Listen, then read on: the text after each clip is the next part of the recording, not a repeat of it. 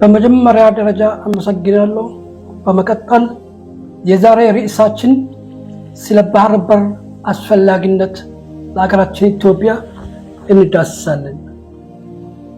የኢትዮጵያ ባህር በር ተደራሽነት እና አስፈላጊነት እና አሁን ለምን እንደሚያስፈልግ እየተነጋገረን በዚህ ርዕስ እንወያያለን።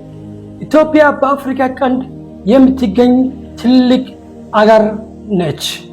ብዙ ሕዝብ ያላት እና እያደገ ኢኮኖሚያዊ ያላት ሀገር ነች። ነገር ግን ኤርትሪያ በ1993 ዓመተ ምህረት ከተገነጠለች በኋላ ኢትዮጵያ የባህር በር የሌላት ሀገር ሆናለች። ከዚያ ጊዜ ጀምሮ ኢትዮጵያ በጎረቤቷ አገሮች በተለይም በጅቡቲ ሸቀጧን በማስመጣት እና በመላክ ላይ ትታመናለች። የኢትዮጵያ የባህር በር ፍላጎት በኢኮኖሚያዊ ደህንነት እና ፖለቲካዊ ጉዳዮች ላይ የተመሰረተ ነው። የኢትዮጵያ የባህር መስመር ማግኘት የንግድ ወጪዋን እንደሚቀንስ፣ ኢኮኖሚያዊ እንደሚጠናክር እና በአፍሪካ ቀንድ በአካባቢ ያላት ተጽዕኖ እንደሚያሳድግ ታምናለች። ኢትዮጵያ እንደ ሶማሊያ፣ ኤርትሪያ እና ጅቡቲ ካሉ የባህር ዳርቻ ሀገራት ጋር ያሉትን ግንኙነት ስለሚነካ ይህ ጉዳይ ትልቅ ጂኦፖለቲካዊ ጉዳይ ሆኗል። በሌላ በኩል ኢትዮጵያ የባህር ፍላጎት ስለ ክልሉ ሉዓላዊነት፣ ድንበሮች እና የስትራቴጂክ ውድድር ክርክር እና ስጋት አነስተዋል። ስለዚህ ኢትዮጵያ ይህ ጉዳይ ኢኮኖሚያዊ አስፈላጊነት ብቻ ሳይሆን የአፍሪካ ቀንድ የወደፊት ዕጣ ፋንታ የሚነካ ፖለቲካዊ እና ስልታዊ ጉዳይ በመሆኑ እናስታውሳለን። ስለዚህ ባህሩ ለዓለም ሀገራት የንግድ እና የኃይል ምንጭ ነው። ማንኛውም የባህር ወደብ ያላት ሀገር ትልቅ ኢኮኖሚያዊ እና ስትራቴጂያዊ ዕድሎች አሏት።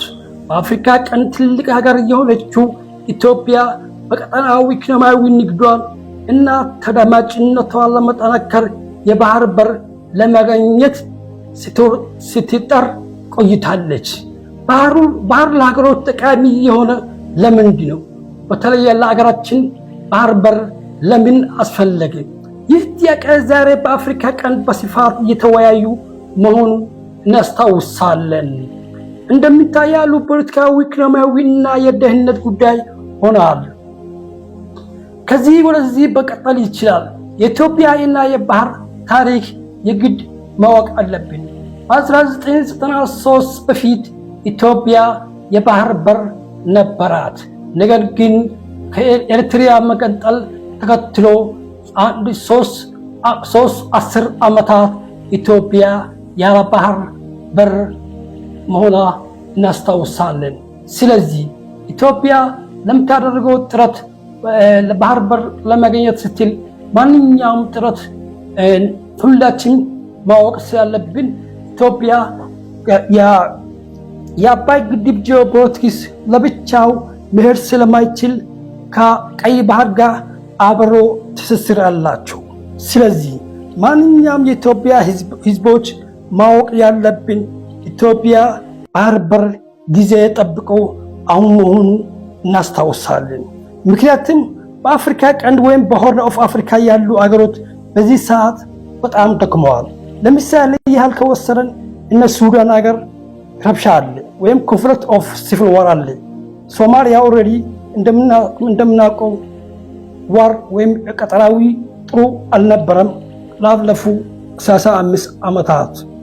በተለይ የግብፅ ደግሞ በኢኮኖሚያዊ ደርቃለች ወይም ደክማለች።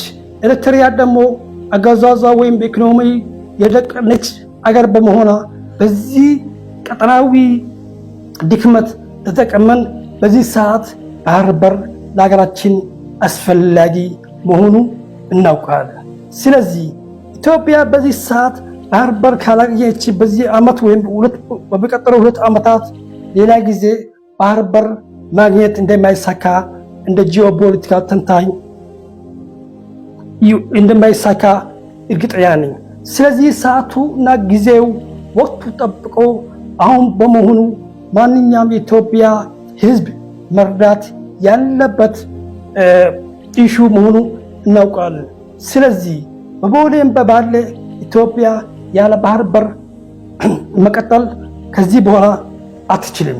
እንደዚህ ሲባል ባህር በር ለማግኘት በጉልበት ሳይሆን በመጀመሪያ ደረጃ በሰላማዊ መንገድ ባህር በር ለማግኘት እንሞክራለን። በመቀጠል ይህ ጉዳይ ካልተሳካ